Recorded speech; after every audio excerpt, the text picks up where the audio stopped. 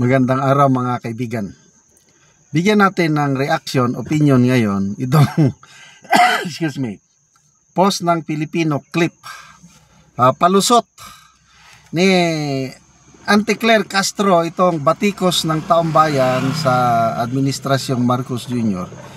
Yung kakapiranggot na tulong na in-announce na ibibigay sa mga biktima ng Bagyo Tino sa Cebu. 5,000 sa mga damaged houses, 10,000 sa mga completely destroyed. Nag-react maraming sectors of society, kaya binabatikos sila ngayon. Ito ang palusot ni Auntie Claire. Duterte na naman ang may kasalanan. Ito ang kanyang payag sa Auntie Claire. Hindi po kailangang batikusin ang Administrasyong Marcos dahil noong nakaraang administrasyon, ganyan din po ang halaga na ibinigay. Na paunang tulong, ay paunang ang galing niya talagang magpalusot, ano? Basta atake sa Marcos administration. Napakagaling. Saludo ako kay Auntie Claire Castro. Saludo sa pag-atake sa mga Duterte. Ganyan din ang binibigay ni Digong ninyo nung nakaraang administrasyon.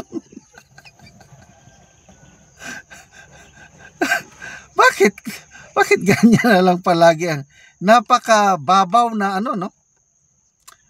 Kung ako ang sasagot noon, bakit ganito, kung ako ang spokesperson, we're very sorry sa inyong pagsisisi, paninisi, kailang ginagawa naman lahat ng paunang tulong lang yun.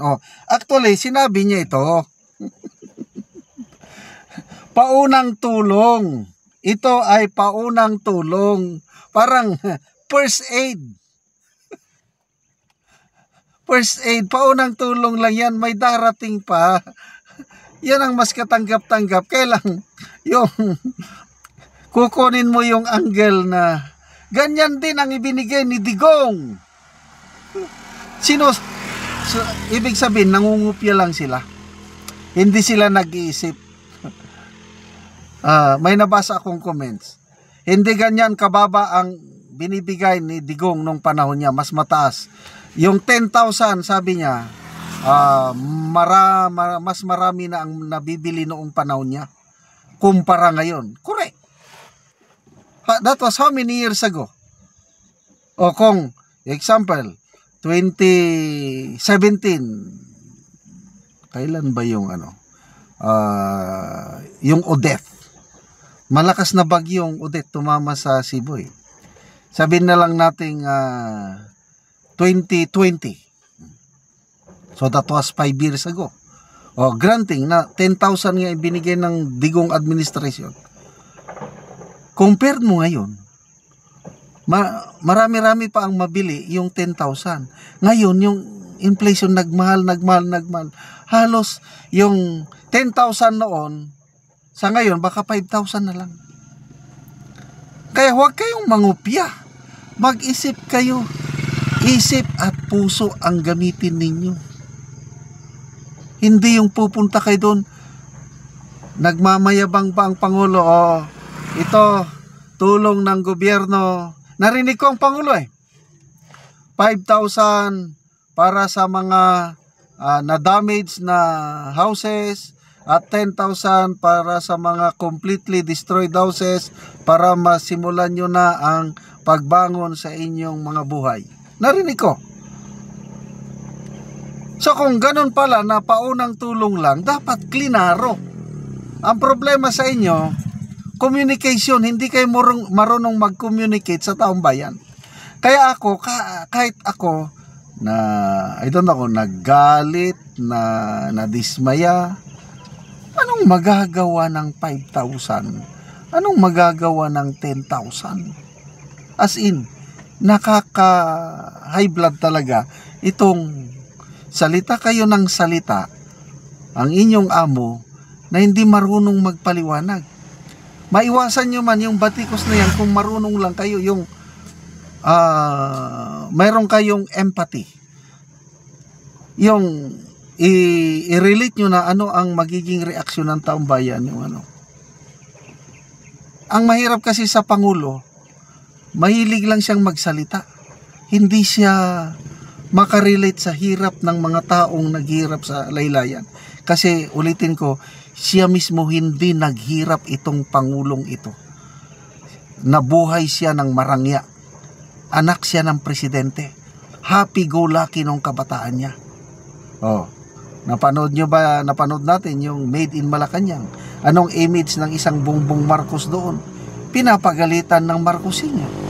Dahil pabansin-bansin lang eh. Bakit pa kasi nagpresidente na... Anyway, kasalanan natin dahil nabudol tayo.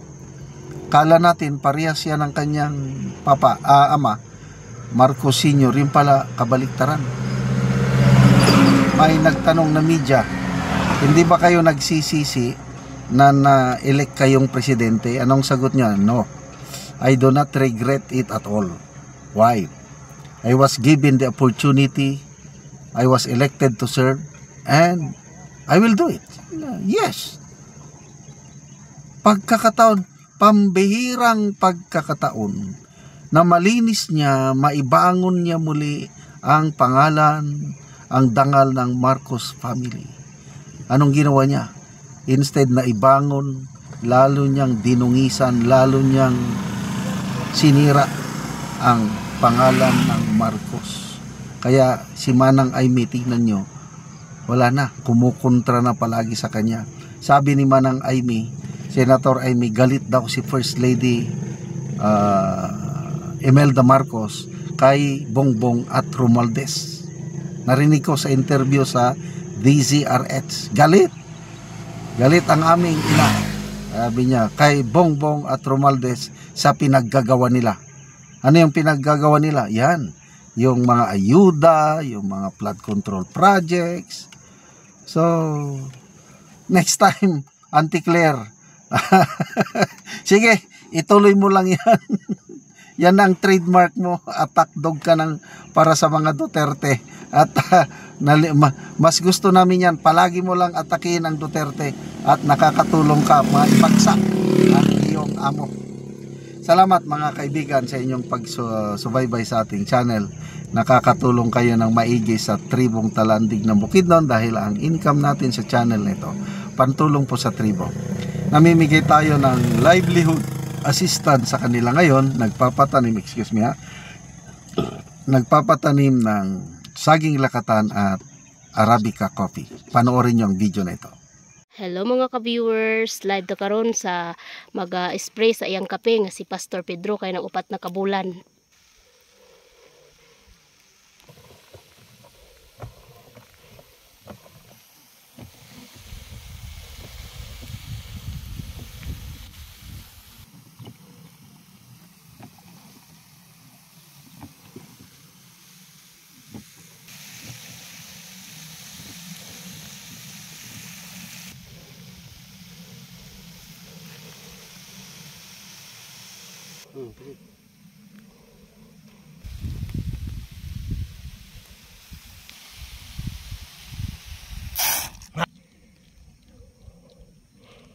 So man siya ang kape nga nagupat na ka bulan o spray na lang. Sprayan siya. So 30 na ni sila ka pamilya ang nananom og kape. Og nigabat og 16,900 ka seedling.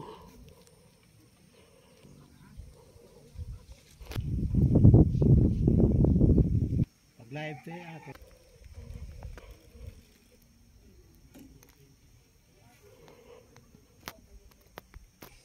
So kapasalamat ko sa kape nga akong tanom nga nag-abot na og upat ka bulan.